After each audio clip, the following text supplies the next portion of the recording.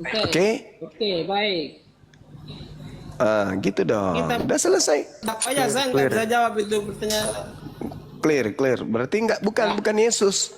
Makanya di dalam Mazmur 9, Mazmur 109, di situ jelas dikatakan Ini.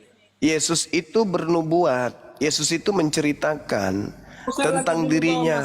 usah bawa Mazmur. Nggak usah Lah, dulu Yesus bawa sendiri yang Mazmur. mengatakan Kan itu kok. udah clear tadi. Yesus yang berkata harus tergenapi apa yang tertulis Clear. tentang dirinya di dalam kitab Mazmur, Tadi udah clear. kawan. Di dalam Mazmur 109 dikatakan clear, kan? begini. Nggak ada Sebab dalilnya. mulut orang fasik dan mulut penipu ternganga terhadap aku. Mereka berbicara terhadap aku dengan lidah dusta. Siapa orang fasik yang dimaksud? Yudas.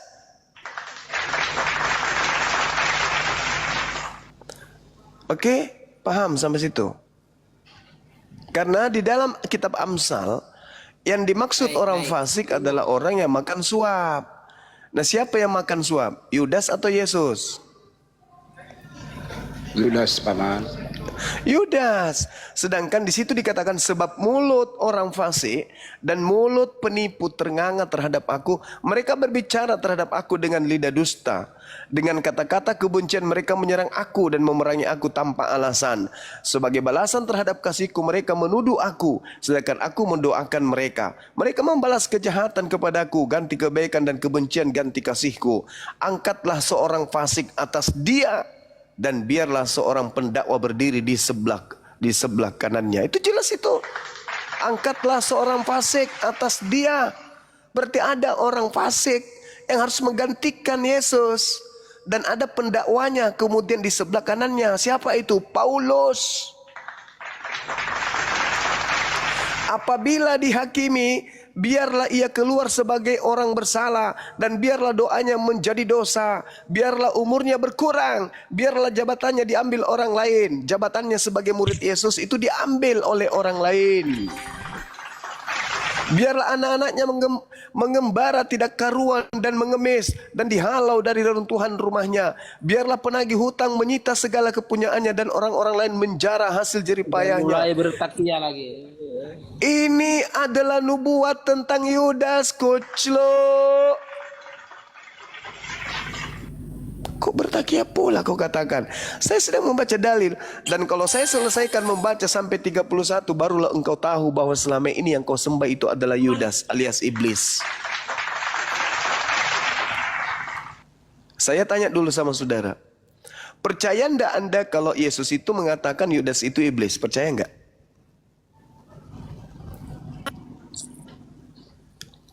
Percaya enggak kalau Yesus berkata Yudas itu iblis? Percaya, Paman. Percaya. Percaya kan? Kalau Anda percaya bahwa Yudas itu adalah iblis dan terbukti bahwa yang disalib itu adalah Yudas, berarti yang kamu sembah siapa? Sibilisisis. Sibilisisis. Di mana di Yudas disalib? Tadi dalilnya saya sudah bacakan loh. Bukti Yudas yang disalib adalah saya tidak memelintir. Sekarang dengarkan saya. Bahkan di dalam Quran sendiri Yesus mati, wafat. Lukas. Kristus telah menebus.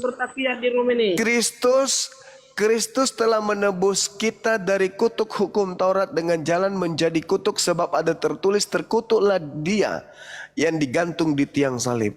Siapa yang terkutuk menurut Elohim? Yesus atau Yudas? Jawab, jujur kamu.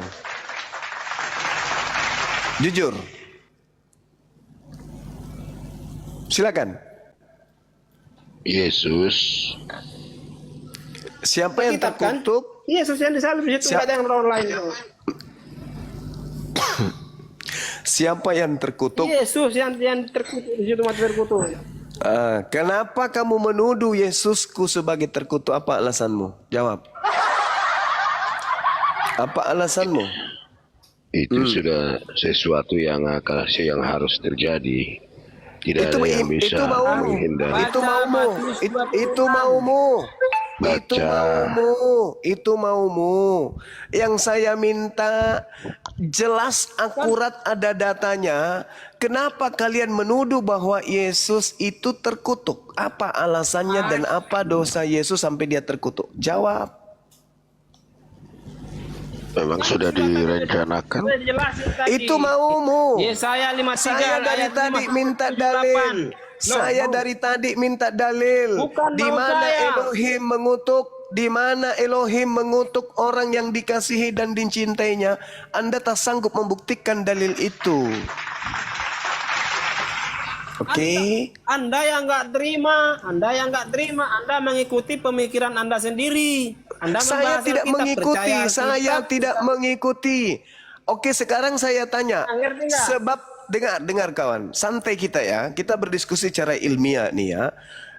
Sebab ada tertulis, terkutuklah orang yang digantung di atas tiang salib. Tertulis di mana? Tertulis di mana? Itu Anda baca, harus Anda tahu dong. Di mana ayatnya Tertulis itu? di mana? Galatia berapa Jangan coba kau ayat pakai itu? jurus banyak ngomong ayat dia nggak Orang tahu. digantung di tiang salib. Tertulis di mana? Tertulis di mana? Ya Anda kan udah tahu Galatia berapa, coba. Anda kan Otet, inilah kamu cuma modal orang yang digantung di tiang kuping. salib. Kalau di gereja kamu itu cuma modal kuping. Kau ke gereja itu cuma lihat paha saja di sana. Bukan kau ke sana dapat ilmu. Kamu Anda hanya yang karena modal congor tercatat di sini loh. sebagai Nah sekarang kenapa Anda nggak tahu? Tertulis di mana itu? Terkutuklah orang yang digantung di atas tiang salib. Kenapa Anda nggak tahu? Apa ngapain kau ke gereja hari Minggu? Ngapain? Saya kasih Ngapain? menerima sesuai dengan isi-isi Ngapain Anda. kamu ke gereja? Ngapain kamu ke gereja hari Minggu? Ngapain? Kau coli di sana lihat paha cewek, ya? Atau kau ke sana karena di situ ada minuman keras yang gratis sampai kau ke situ? Saya tanya samamu, tertulis di mana? Galatia, di Galatia 3 nomor 13 itu, sebab ada tertulis terkutuklah orang yang digantung di atas tiang salib. Pertanyaan saya, tertulis di mana itu?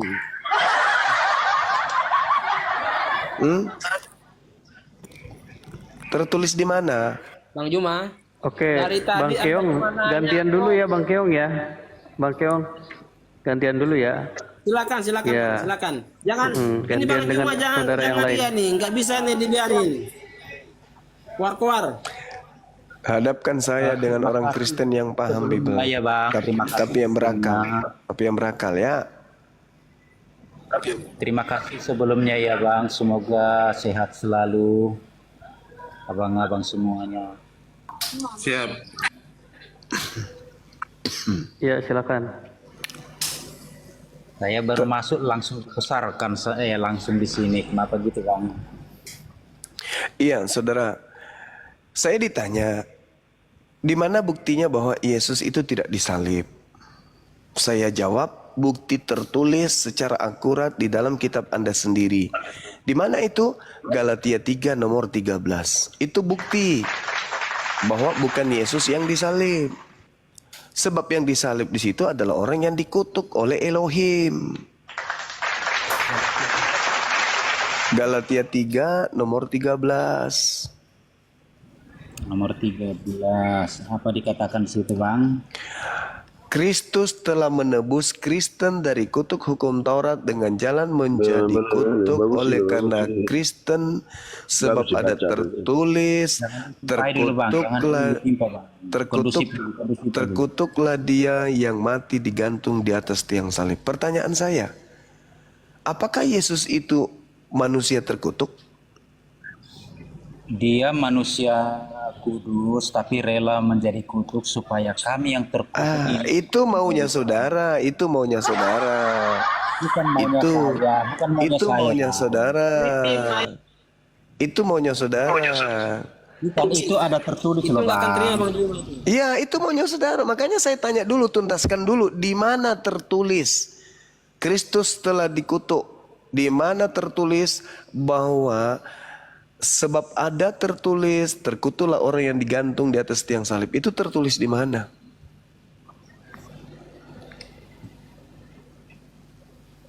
Gimana bang? Di nubuatan ada itu loh bang. Ini bukan nubuat, ini tertulis. Terkutuklah orang yang digantung di atas tiang salib. Sebentar ya bang ya, saya carikan dulu ya bang. Iya, silakan. ATB mau masuk, mau jawab. Dia berdua di atas, jangan dulu diganggu. Biar acara itu santai aja.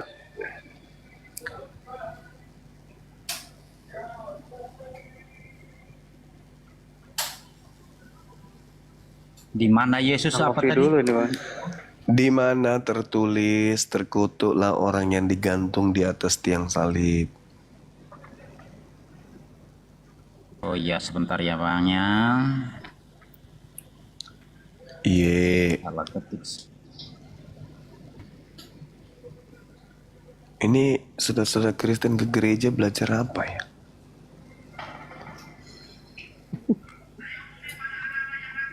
Joget paman. Oh joget. Ah, ini mualaf dia tahu. Beliau tahu. Oke sebentar ya. Dia jawab gitu ya bang.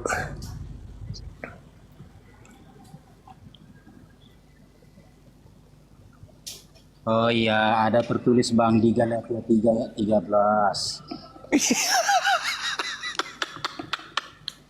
Ya, Banyak kawan Kristus ini. telah menebus kita dari kutuk hukum Taurat dengan jalan menjadi kutuk karena kita, sebab ada tertulis terkutuklah orang yang tergantung di kayu salib. Jelas ya bang ya? Nah, itu tertulis di mana?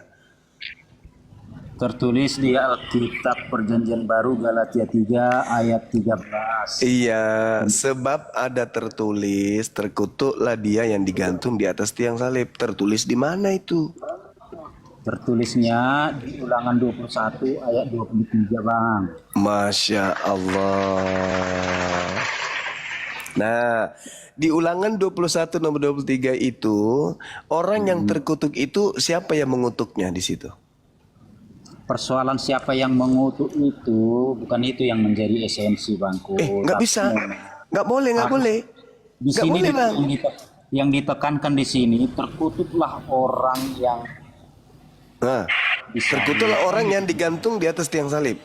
Itu tertulis di mana? Tertulis di Ulangan 21 nomor 23 kan? Pertanyaan saya, di Ulangan 21 nomor 23 itu yang dikutuk di situ orang mulia atau orang jahat, dan yang mengutuk di situ iblis atau Elohim yang mengutuk orang tersebut.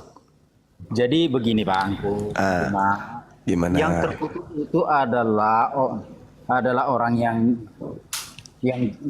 jahat. Nah, Yesus terkutuk, dia menempatkan diri menjadi terkutuk supaya apa? Supaya dosa yang seharusnya ditanggungkan kepada kami yang berdosa ini ditimpakan kepadanya sehingga kami beroleh selamat. Saudara, itu maunya saudara. Bukan maunya saya, tadi kan sudah saya tunjukkan ayatnya.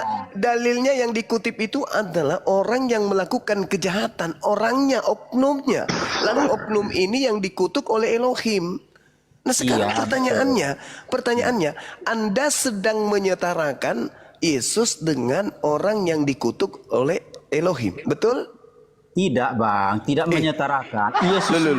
Yesus sendiri yang jangan tertawa dulu bang, jangan tertawa dulu, jangan kesurupan dulu bangku. Kok jadi saya yang surupan? Tertawa itu dalil. Kalau ada yang lucu bang. Ya Jadi lucu dong, ya lucu dong ini, lucu dong ini, karena di situ jelas-jelas, saudara. Ulangan 21 nomor 22, 23 itu. Kalau ada orang melakukan dosa yang sepadan dengan hukuman mati, lalu kau gantung dia, jangan kau biarkan semalam-malaman mayatnya di atas salib. Sebab orang yang dikutuk oleh Elohim, coba, jangan kau biarkan menyentuh tanah yang diwariskan kepadamu. Orang yang dikutuk Elohim, berarti Yesus ini orang yang dikutuk Elohim, betul? Yesus itu kan dikatakan di sini, Bang. Kristus telah menebus kita dari kutuk hukum Taurat dengan jalan menjadi kutuk karena kita. Sebab ada terkutuklah orang yang digantung di kayu salib. Jadi artinya begini, Bang Juma. Yesus ini rela menjadi kutuk. Yesus ini rela menjadi. Kok jadi larinya ke rela? Kenapa bisa jadi ke rela? Ini berbicara mengenai hukum. Dengar dulu, Bang. Jadi Yesus ini yang kudus ini rela menjadi terkutuk supaya kami beroleh keselamatan. Itu maksudnya di sini. Itu mau saudara. Itu maunya saudara. Tapi dalilnya tidak begitu, kawan. Dalilnya ini saya bacakan ulang ya, Bang. Jangan dulu kesurupan, Bang. Jangan bikin ketawa kalau nggak ada. Loh, kok jadi saya yang kesurupan? Ente yang kesurupan, tidak ada hubungannya di situ. Ya, Bang, ya. Kita Tak ada hubungannya, saudara, nggak ada hubungannya. Kita pelan-pelan ya, Bang ya. Kita pelan-pelan. Udah pelan kali pun. Ya, Kristus telah menebus kita dari kutuk hukum Taurat dengan jalan menjadi kutuk karena kita. Sebab ada tertulis terkutuklah orang yang digantung di kayu salib. Jadi Yesus itu terkutuk karena kita, katanya. Maksudnya karena umat manusia yang berdosa ini, manusia yang seharusnya ini terkutuk tapi ditimpakan kepada Yesus. Itu maksudnya, Bang. Loh. Itu maksudnya. Jadi bukan Yesusnya sebenarnya yang kenapa konsepnya ke situ? Ya, Kan dalilnya tidak begitu, saudara. Coba pahami, Bang. Coba Anda pahami. harus paham. Saya ulang lagi, Bang ya. Kita urut pelan-pelan. Ulangan 21 nomor 22. Di situ oknum yang melakukan dosa itu yang dihukum mati atau bukan? Dia itulah. Jadi buktinya di sini dikatakan. Jangan menjelaskan dulu. Harus pengertian terhadap data dulu. Oke. Pengertian jadi data di situ, dulu. Oke. Ulangan 21 nomor 22 yang dihukum sepadan dengan hukuman mati, oknum yang melakukan dosa itu atau yang mewakili? Oknum yang melakukan dosa. Bukan yang mewakili toh? Bukan. Bagus. Nah, nomor 23. Sabar dulu, jangan Anda menjelaskan dulu. Nomor 23 yang dikutuk tersebut karena melakukan dosa itu dikutuk oleh Elohim kan? Oke. Terus? Iya atau enggak? Iya, oke. Oke, saya simpulkan. Ulangan 20 enggak. Habis itu Anda tanggapi. Saya simpulkan maksudnya kesepakatan kita ini terhadap data itu kita simpulkan. Dengarkan. Ulangan 21:22 yang dihukum mati di situ adalah oknum yang melakukan dosa. Kemudian 23-nya oknum yang melakukan dosa ini dikutuk oleh Elohim. Nah, sekarang apa hubungannya oknum yang melakukan dosa ini yang dikutuk oleh Elohim ini dengan Yesus? Apa hubungannya? Yesus tidak melakukan dosa. Yesus tidak dikutuk oleh Elohim. Terus apa hubungannya? Kenapa larinya ke situ? Kenapa harus Yesus? Jadi gini ya, Bang. Yesus itu sebenarnya bukan manusia terkutuk, tetapi dia terkutuk karena menebus kami. Di mana data itu tertulis? Di mana data itu? Galatia 3:13 ini. Saya ulangi Galatia ya, 13 itu, Bang. Galatia 13 itu merujuk kepada oknum yang melakukan dosa sehingga dia dihukum mati dan dia dikutuk oleh Elohim, bukan mewakili dosa orang lain. Jadi gini, Bang, Kenapa lari ke situ? dengar dulu, Bang. Saya pelan-pelan ya, Bang. Kita bahas pelan-pelan ya, Bang ya. Kristus telah menebus kita dari kutuk. Saya ulangi. Kristus telah menebus kita dari kutuk hukum Taurat dengan jalan menjadi kutuk karena kita. Sebab ada tertulis terkutuklah orang yang tergantung di kayu salib. Jadi saya tekankan ya, Bang ya, orang yang mati di kayu salib itu orang yang terkutuk. Yesus menempatkan diri sebagai orang berdosa walaupun dia tidak berdosa, dengan maksud supaya dosa yang seharusnya ditanggungan kepada kami, kutuk yang seharusnya yang ditanggungan kepada kami pengikutnya ini, Yesus ialah yang menanggungnya. Itu maunya Anda. Bukan, Itu maunya Anda. Itu pengertian. Itu maunya Anda. Tetapi konsep itu tidak dianut oleh Yesus. Yesus tidak mengajarkan itu.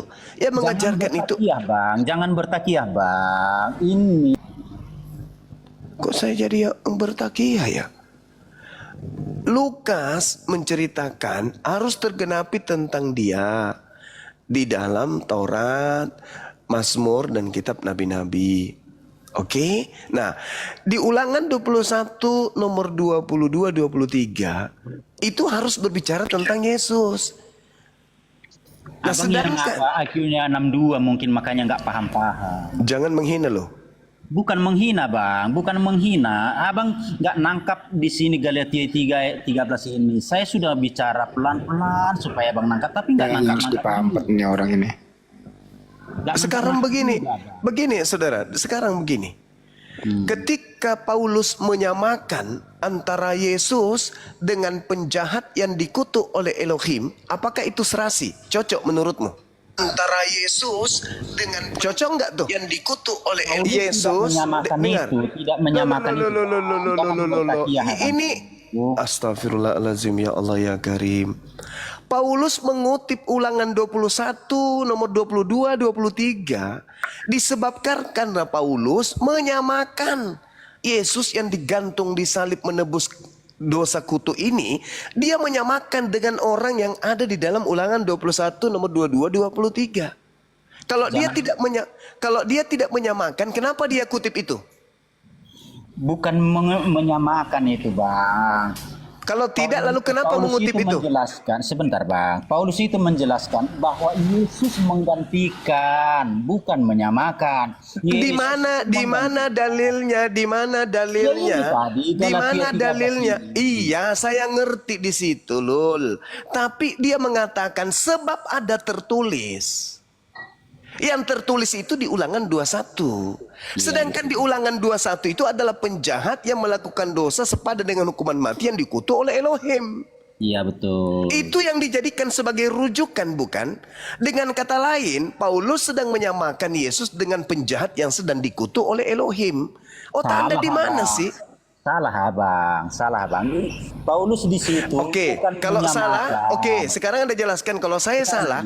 Sekarang coba Anda jelaskan ke saya, kenapa Paulus mengutip Ulangan 21 data 22 dengan 23 kalau dia tidak sedang menyamakan penjahat yang dikutuk oleh Elohim dengan Yesus? Kenapa dia ngutip itu? Bukan menyamakan. Iya, sekarang Anda jelaskan kepada saya kenapa Paulus mengutip Ulangan 21 nomor 22 23? Kenapa? Paulus itu mengutip Ulangan tadi karena di sini dikatakan Yesus itu menjadi kutuk. Bukan. Karena Kristus itu menebus kita dari dosa, katanya. Nah, Ulangan 21 nomor 22 nomor 23, orang yang dikutuk di situ, orang yang menebus dosa orang lain atau dia sendiri? Yesus, sebentar, coba ulangi pertanyaannya, Bang. Pertanyaan saya, Ulangan 21 nomor 22 23 itu oknum sendiri untuk dosanya sendiri atau untuk orang lain? Kalau di yang di kitab Ulangan tadi itu dia mati karena dosanya sendiri. Pintar. Lalu kenapa Paulus mengutip itu? Katanya begini, kata Paulus kan begini. Kristus telah menebus kita dari hukum Taurat. Sebab dengan jalan menjadi kutuk. Sebab karena kita tertulis. Ada tertulis terkutuklah orang yang digantung di kayu salib. Jadi maksudnya menekankan di sini kenapa itu dikutip? Karena Paulus mengatakan bahwa Yesus itu menjadi kutuk dengan tersalibnya Yesus. Kenapa dengan tersalibnya disebut Yesus terkutuk? Karena sesuai dengan kitab Ulangan yang tadi itu maksudnya, Bang. Apa nyambungnya? Nyambungnya di mana? Ya, Coba maksudnya Yesus ini sedang menggantikan dengan jalan. Ulangan 21 22 23 itu tidak ada di situ menggantikan. Itu adalah hukuman untuk oknum itu sendiri. Orang itu dikutuk, orang itu dikutuk karena dosanya sendiri. Nah, yang ditekankan di sini abangku, karena Paulus mengatakan Yesus itu menjadi kutuk karena kita katanya. Nah, kenapa apa alasannya dengan tersalibnya Yesus itu kok disebut menjadi terkutuk? Nah, dikutiplah ayat ulangan tadi itu, sebab ada tertulis katanya terkutuklah orang yang tergantung di kayu salib. Oke, Gitu. berarti Paulus dalam Galatia 3 ini mengatakan bahwa Yesus mengganti kutukan yang diberikan kepada kalian dan dia yang mengambil kutuk itu. Iya, Yesus lah yang menanggungnya. Oke, sekarang ulangan 21 bercerita tentang itu enggak? Di sini yang ditekankan Bang, alasan Paulus mengatakan cerita Yesus kali. menjadi terkutuk. Alasannya yaitu karena Iya, iya. Yang saya tanya ini, yang saya tanya ini, saya udah ngerti. Menurut iman kalian, berdasarkan ajaran Yesus, Paulus, dosa kalianlah harusnya yang dikutuk oleh Elohim. Oke? Ya. Ya. Dengan mengutip Ulangan 21 bukan nomor dengan 2. mengutip itu Paulus mengutip itu hanya membuktikan bahwasanya Paulus itu mengatakan Yesus itu Tidak mengutip tapi mengutip gimana sih? Nah, sebentar. Paulus sedang membuktikan bahwa Yesus itu tersalib itu merupakan suatu kutukan dengan menunjukkan kutipan itu maksudnya. Oke. Artinya kalianlah harusnya dikutuk kan? Iya betul. Nah, Manusia begitu. berdosa. Oke. Itulah yang seharusnya dibunuh. Tetapi Yesus Oke. Berarti sekarang yang dikutuk Elohim siapa? Anda atau Yesus? jangan di-mute kan, Mbak. Pertanyaan saya, kawan. Sekarang yang dikutuk oleh Elohim, Anda atau Yesus? Mestinya kami manusia yang berdosa inilah yang harusnya dikutuk. Tetapi Yesuslah yang menanggungnya. Yesus yang menggantikan. Berarti menurut saudara, orang benar ini menanggung kutuk untuk orang yang bersalah gitu? Iya. Oke, tepuk tangan. Iya. Tepuk tangan ya. Oke. Berarti sabar dulu, sabar. Jangan Anda tambahi. Jangan Anda tambahi sebelum Anda saya tendang ke bawah. Oke. Saya lagi marah ini. Kau mengatakan dosa-dosamu sedunia orang Kristen laknatullah alaihi ditanggung oleh Yesusku gitu maksudnya. Iya, betul. Berarti yang dikutuk sekarang ini Yesus. Sebentar dulu. Saya bertanya, ini gigi saya ini udah mulai merah, telinga saya udah merah ini. Berarti Yesus ini sekarang ini dikutuk.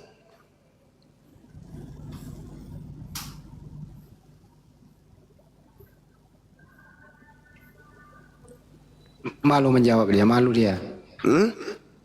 Jadi Yesus ini sekarang adalah dikutuk. Malu dia menjawab nih. Berarti orang benar dikutuk oleh Elohim demi untuk kalian manusia laknat.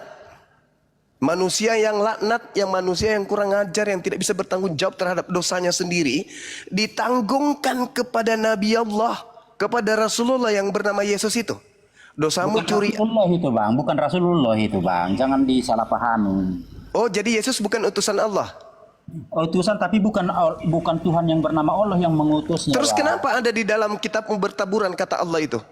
Ya itu terjemahan dari kata Elohim, Bang. Di mana Elohim terjemahannya Allah kuculuk penipu laknat?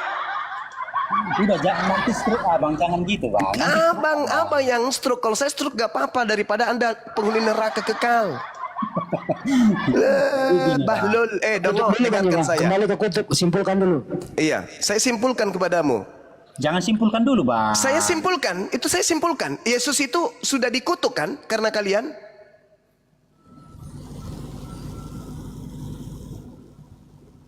Pertanyaan saya, kemana perginya orang yang dikutuk Elohim? Ke surga atau ke neraka? Jawab.